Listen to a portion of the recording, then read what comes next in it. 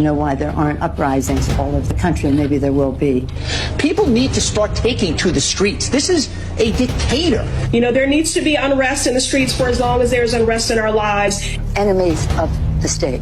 Show me where it says that protests are supposed to be polite and peaceful.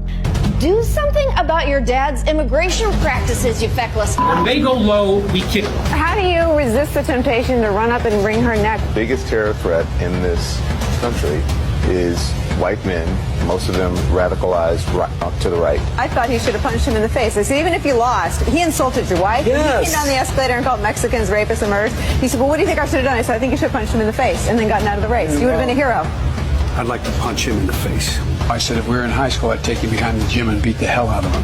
Punch some people in the face! When was the last time an actor assassinated a president? They're still going to have to go out and put a bullet in Donald Trump, and that's a fact. Look as his character is stabbed to death. Where is John Wilkes Booth when you need him? That's it right there. Pull it up. I have thought an awful lot about blowing up the White House.